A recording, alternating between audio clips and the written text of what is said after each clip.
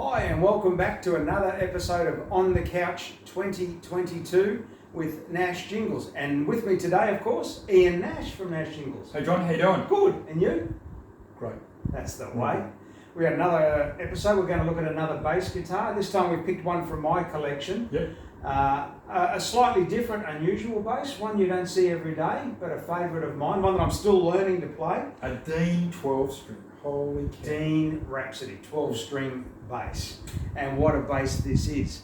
The only other 12-string that I'd become familiar with, and when I was looking it was another option, was a Chaparral by, I've had a mental blank, I think it'll come back to me. So John, what made you go for 12-string bass? I mean, it's a funny story because I was faffing around on YouTube one day and I was looking for bass grooves or bass covers to the song New York Groove by Ace Frehley from Kiss. A big Kiss fan, we all know that. And up came a clip by, I think he's a Japanese guy called Hiroki Satow. And I haven't been able to find him on YouTube since. And he played New York Groove on a 12-string bass. And that clip just blew my mind because he sort of played it like a bass, but almost parts of it he strummed like a guitar. And I just listened to this and went, wow, that's almost sounded like an entire band on its own. Yeah. Obviously had backing track for drums. And ironically, not only was that what tipped me off to the fact that a 12-string bass was a thing, it spurred me to go back and start to pick up bass after 25 years of not touching it and get back into it with the aim that one day I could pick up a 12-string bass. Just so happened I did that and I bought my first bass, a BC Rich Eagle, which I think we will look at in the next couple of weeks. Plus at the same time I picked up an Ibanez acoustic bass, which will be for another episode. That's a great bass. And about 12 months after that I started taking lessons again. I was faffing around on eBay, as you do. It's either eBay, Gumtree or Marketplace here in Australia, Facebook Marketplace. And I was just typing in 12-string basses to see what they were, getting or fetching price-wise, mainly in the States. And this one popped up in Australia. And I said to my wife, man, that's rarer than hen's teeth.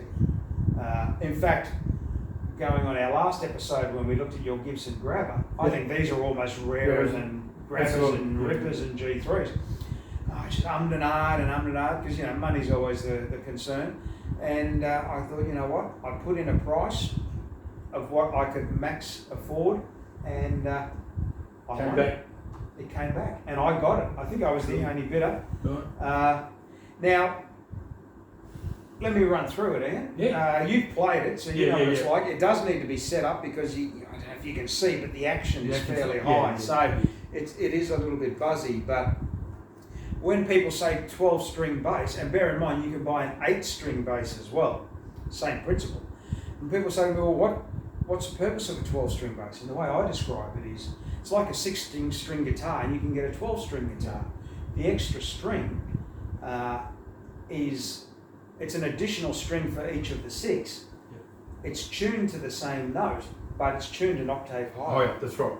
The whole idea is to give, particularly if you're more a rhythm-based band, is to give you a uplift in tonal qualities. Now, probably the best known 12-string bass player around is Tom Peterson from Cheap Trick. Yep.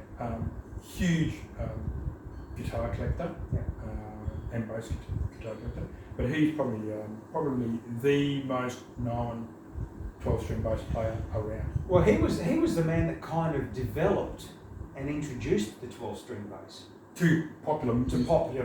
From what I believe. Yeah, that's right. And he used a series of Hammers and things like that. Yeah. And he probably had a lot of basses made, custom made. Yeah, like that. Since reading that, then we found all about Rob Vanderbilt from the Netherlands, who custom builds to order bass guitars, and he builds his own versions of Thunderbirds, V's and stuff like that, but to a 12-string flavour, and like his craftsmanship and work is just sensational. Yeah. And of course we have his book, Gibson Bass Book, in front of us. Yeah. He has a Facebook page and a YouTube channel, Rob Vanderbroek, Broek.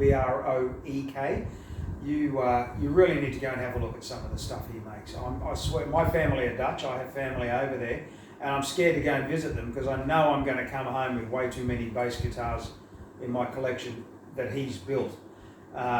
But getting back to the bass, with the 12-string, it's the same principle. You have a 4-string bass, EADG, and then you have 2 thinner strings. 2 octaves. 2 octaves. Yeah.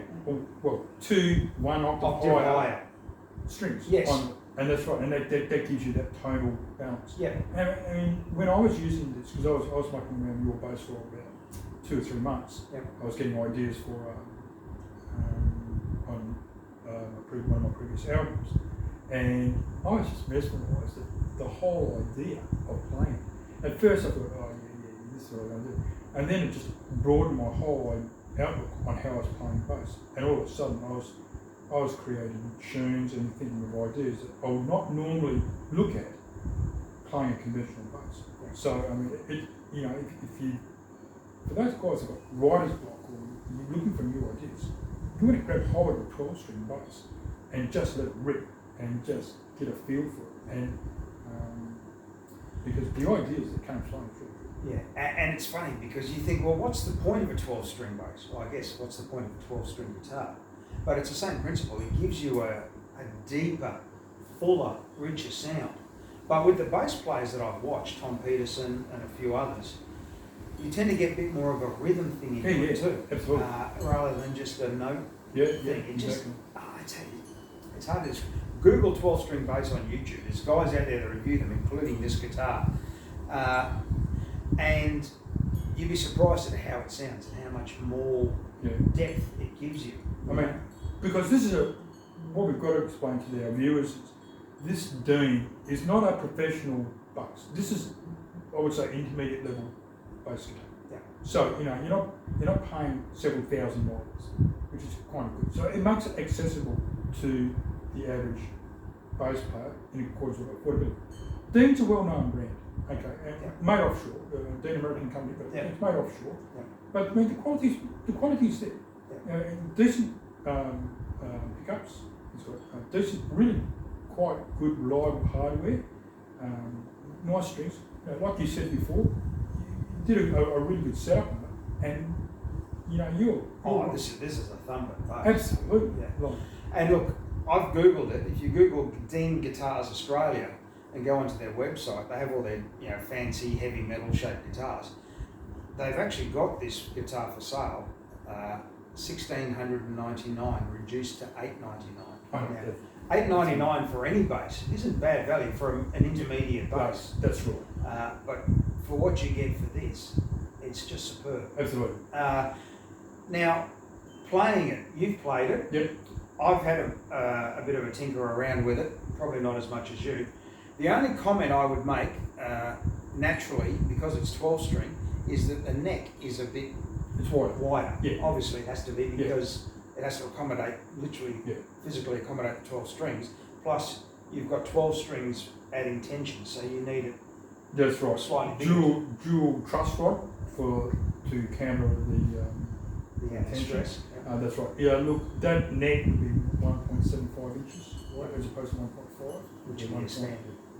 1.4. That's right. So they're the compensators. Okay. If you're going to buy a 12-string Dean, it's not a Fender Jazz. The neck is a lot wider, so you've got to get used to that. Yes. But once you practice what you're playing and then get into the rehearsals. Yeah. But the offset I found is it's not a fat neck like some Gibson guitars, and their neck is a bit fatter. So even though this is wider, it's still a fairly flat neck. So it's not as hard to play as you may think. No. But you're right, it does take a bit of getting accustomed to it. But that's like anything. Like, when you start with a new neck or a new setup or a new you amplify. You're going to tinker around it till you get it right. Yeah. You get that right sound. You know, a lot of people buy brand new guitars and basses and they turn up and they spend forever doing setups, take it to their local guitar tech or luthier and get it set up and stuff like that, and spend all that. And that's all very well. And you need to do that. That's one thing that you with a 12 string is you've got to get it set up and accustomed to your way of playing. Yeah. It's not one size fits all. But once you've got it done, I mean, these bass will bring you years and years of pleasure. Yeah. Awesome. And this bass, unlike others that I may have, you know, and I'm a simplistic bass player, so a volume and a tone is all I need for me. But with this one, you've got the double pickups. Yep. Plus you've got the double volume. 2 tones. And 2 tones. And I think that's that would probably be a active preamp. Okay. I'm guessing. And in this case, you know, where I would perhaps normally argue, well, you know, do you need all that? Because of the versatility and the sounds you can get out of it, this is probably the one case I would say having double volumes, double tones, just even widens the scope even more for different sounds. Look, there's probably not a genre that you couldn't play on this bass. No, that's right. Absolutely. And get more than you would out of a standard bass. So absolutely. It's a bass guitar I'm looking forward to getting into. As I said, it does need a setup. I need to get that done, and then I can't wait to, you know, play it more and become I'm a Gibson guy. I love Gibsons. I've had Fenders for years and stuff like that. And I've had my fair share of Japanese basses as well. But this is a standout. You know, if you're looking for something a little bit different, and you can cut it on the bass, then look at the Dean 12 string. This is a really good bass. Yep. It's good, well priced. If you're a collector, you've got to have one in your collection. Yes. I think so. At a minimum, if you're even still a bit iffy about the 12 string or you want to step it up, you can also get this Dean Rhapsody in 8 string. Which is again same principle, just 1 string less per string. But you know, if you're going to do a job, I say do it properly. Go the 12 string. If you're going to go halfway, you may as well go the rest of the way, because you're going to go halfway and then you're going to want to go the rest of the way anyway. So John, in your collection, out of 10? Oh, the Nashy scale. Given that I haven't played it a lot, I'm going to give it a 9. At the moment, it's probably not quite a 9 for me because of the setup. Yeah. But again, I haven't had the opportunity to get it set up properly, so the neck action is a bit high, it's a bit buzzy, and I'm still coming to grips with the nuances of it. So at the moment, probably 7.5, but once I've got this thing humming and I'm down with it, it's going to be a 9 if not a 10. Great. You've played it. Yeah, I'm sold. I mean, I don't need to buy it because I can always use yours. Yeah. But I mean, the reason I used yours was to get ideas for a concept album. And it's certainly just widened my whole concept. And I think, and a lot of your stuff too is instrumental. Yeah. And you're a bit of a prog rocker. Yeah. I could see this. This would be at home in a prog rock band. Yeah. Just the stuff you could do with this. You can see something like a Yes or Emerson Lake and Palmer. Yeah. That is just type of bass. Yeah. And even in the heavier rock, Dream Theater. Yeah. Rush, I could see. Yeah, absolutely. You know, that, you know, just the sounds I could get out of that. So on the Nashy scale for you? 9. That's a 9 for sure. Yeah. No worries. And that's it. That's great. Thanks again for that. No worries. Thanks for coming along. Yeah. Thanks for bringing your Arsenal along. Yeah, thank you. Well, that's pretty cool. We'll get a few more underway, and then we're going to have a look at some more of yours along the way down the track. So believe me, we've got like 30 episodes of new guitars. Just guitars. That we're going to be showing off this year. Let alone the people we're going to be talking That's right. to. Yeah. Some of the big names. We've got some great artists coming up and that have been seasoned international musicians coming our way. In bands that you'll know. Absolutely. And you'll have watched on the top 40, on Countdown and all the rest of it. So, once we get past this whole COVID thing and things loosen up a bit, we'll definitely have those guys queuing up the front door. At the front door to get on the couch. Again, don't forget to hit the subscribe button and the notification button so you don't miss anything that we do. We'll have episodes up every week, and we look forward to catching you on the couch next time. Take care. See you later. See ya.